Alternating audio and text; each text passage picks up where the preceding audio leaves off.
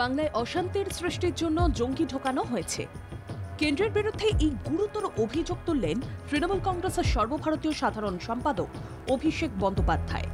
Diamond হারবারে এক অনুষ্ঠানে যোগ দিয়ে এদিন তিনি বলেন, জঙ্গি নিয়ে যারা পশ্চিমবঙ্গকে নিশানা করছে তারা মিথ্যা কথা বলছে।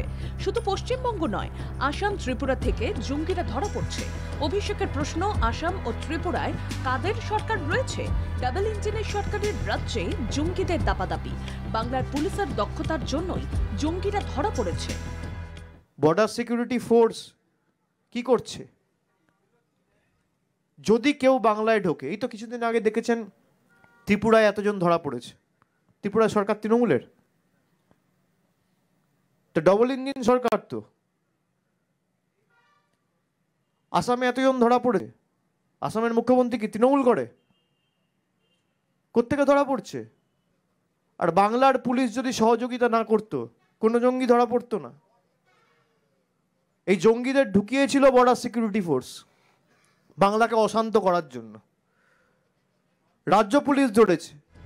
অভিষেক বন্দ্যোপাধ্যায় বলেন, জঙ্গি বিরোধী অভিযানে রাজ্য পুলিশ যথেষ্ট সক্রিয়। পুলিশের সাহায্য না পেলে জঙ্গিরা ধরা পড়ত না। বাংলা শিক্ষার হাব, স্বাস্থ্যের হাব। তার প্রশ্ন, বাংলাদেশের জন্য কি করছে কেন্দ্র?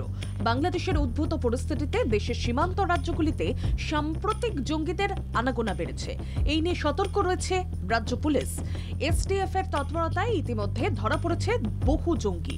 শুধু বাংলা নয়, ভিন রাজ্য থেকে পুলিশের জালে এমন অনেক জঙ্গি ধরা পড়েছে, তারপরেও রাজ্যকে জঙ্গি হাব বলে বিরোধীরা আক্রমণ শানাচ্ছে। ডায়মন্ড হারবারের অনুষ্ঠান থেকে এর জবাব দিলেন তৃণমূলের সর্বভারতীয় সাধারণ সম্পাদক।